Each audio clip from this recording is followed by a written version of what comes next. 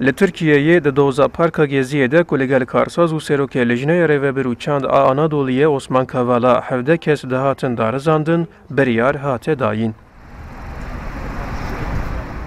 Di dozê de ku li Dadgeha Çaxlayan a Stenbolê bi beşdariya gelek parlamenterên ji partiyên opozisyonê, konsolosên Ewropayî û saziyên mafên navdewletî ve jî jinêz ve hate şopandin birêve çû, derbarê Kavala de di ser çalakiyên Parka Geziyê re bi hinceta hewla hilweşandina hikûmeta Tirkiye, cezayê hepseyê hetayê û derbarê 7 kesên din de jî bi alîkariya hewla hilweşandina hikûmetê 18 salan cezayê hepsê hate dayîn.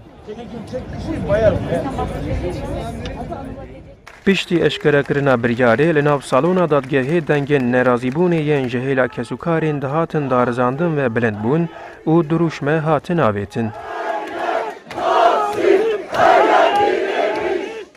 Heft kesên berê hatibûn berdan lê piştî vekirina dozê wek bêgirtî dihatin darizandin, piştî biryara girtinê li nav salonê hatin girtin û şandin bo girtîgehê.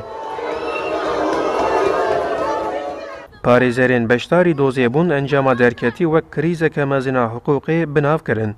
Bu ülkenin en onurlu direnişlerinden biri olan Gezi'yi Çalakiya Geziyê ku wek lîstika hêzên derve binav dikin derewe.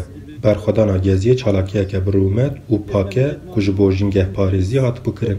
Em ê wek parêzer ji bo betalkirina vê biryara cezayê serî li dadgeha îstînafê bidin. Eger ji vir jî biryar neyê betalkirin, em ê serî li daraza bilind bidin. bütün iddialarının ne kadar haklı olduğu da Parlamenterên aliyên opozisyonê piştî dozê li ber dadgehê kombûn û biryara dadgehê wek biryareke siyasî dest nîşan kirin.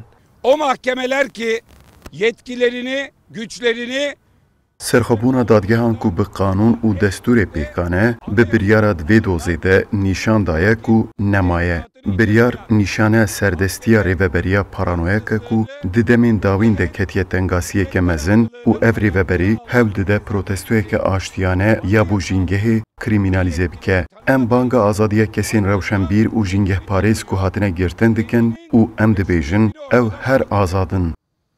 bugün burada verilen karar sadece ve sadece Tevî biryara serbestberdanê ya dadgeha mafiyên mirovana Ewropayê girtina Osman Kavala li nav Tirkiye û Ewropayê bû sedema krîzekê û Komîteya Wezîrana Konseya Ewropayê ji ber ku biryara dadgeha li Ewropayê nehate bicîhkirin, derbarê Tirkiyeyê proseya ihlalê yanê binpêkirinê dabû dest pêkirin. Piştî biryara dawîn tê çawerekirin, Konseya Ewropayê li ser Tirkiye hin tedbîr ragihîne ku di nav wan de derxistina Tirkiye ji endamtiya Konseyê jî tê behs kirin. Ercan da, Kurdistan 24, Stenbol.